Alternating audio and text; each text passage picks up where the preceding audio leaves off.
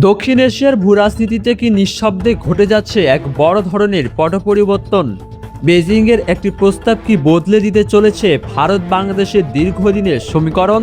বাংলাদেশের অর্থনীতির পরিধি বাড়ানো আর বহুমুখী পরিবহন নেটওয়ার্কের নামে বেইজিং এবার টেবিলে এনেছে এক মেগা প্ল্যান, চীন মিয়ানমার বাংলাদেশ অর্থনৈতিক করিডোর। প্রথম নজরে একে নিছক একটি বাণিজ্যিক উদ্যোগ মনে হলেও এর গভীরে লুকিয়ে আছে এক বিশাল কৌশলগত দাবাত চাল। আর চীনের এই এক চালেই যেন কপাল পুঁততে পারে ভারতের। দীর্ঘদিন ধরে বাংলাদেশ ভারতের অন্যতম গুরুত্বপূর্ণ প্রতিবেশী এবং প্রধান স্থল বাণিজ্য অংশীদার। বিশেষ করে ভারতের উত্তর পূর্বাঞ্চলীয় রাজ্যগুলোর নিরাপত্তা, যোগাযোগ এবং ট্রানজিটের জন্য বাংলাদেশের ভূখণ্ড নয়াদিল্লির কাছে অত্যন্ত সংবেদনশীল। এমন পরিস্থিতিতে এই করিডোরের মাধ্যমে বাংলাদেশে যদি চীনের অর্থনৈতিক ও অবকাঠামোগত উপস্থিতি আরও গভীর হয়, তবে নয়াদিল্লি একে কেবল বাণিজ্য হিসেবে দেখবে না, একে দেখা হবে দক্ষিণ এশিয়ার শক্তির ভারসাম্যে ভারতকে কোণঠাসা করার এক দীর্ঘমেয়াদী কৌশল হিসেবে। কিন্তু বাংলাদেশের জন্য এই করিডোর বয়ে আনতে পারে এক নতুন দিগন্ত। এটি বাস্তবায়িত হলে ভারতের উপর ঢাকার বাণিজ্যিক নির্ভরতা অনেকটাই কমে আসবে। তৈরি হবে বিকল্প সরবরাহ শৃঙ্খল, আসবে নতুন বিনিয়োগ এবং উন্মোচিত হবে আঞ্চলিক ট্রানজিটের বিশাল সুবিধা। তবে এর অন্য পিঠও রয়েছে। এই করিডোর সফল হলে বাংলাদেশের চীনের অর্থনৈতিক ও কূটনৈতিক প্রভাব বহুগুণ বিস্তৃত হবে।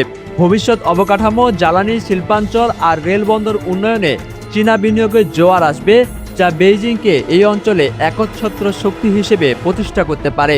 কিন্তু এই পরিকল্পনার পথে সবচেয়ে বড় কাঁটাটির নাম মিয়ানমার।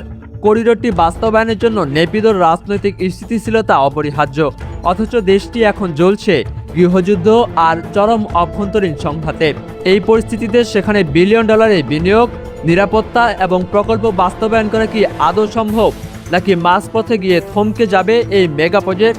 দিন শেষে পুরো বিষয়টি এখন ঢাকার জন্য এক কঠিন ভারসাম্যের পরীক্ষা। একদিকে চীনের পর্বতসম পুঁজি আর অবকাঠামোগত লোভনীয় প্রস্তাব, অন্যদিকে ভারতের সঙ্গে ঐতিহাসিক, রাজনৈতিক ও নিরাপত্তা অংশীদারিত্ব। ঢাকা যদি কোনো এক পক্ষের দিকে সামান্যতম ঝুঁকে পড়ে, তবে আঞ্চলিক কূটনীতিতে তৈরি হতে পারে এক চরম অশান্তি। যদিও বাংলাদেশ বরাবরের মতোই তার নীতিতে অটল, সবার সঙ্গে বন্ধুত্ব, কারো সঙ্গে বৈরিতা নয়।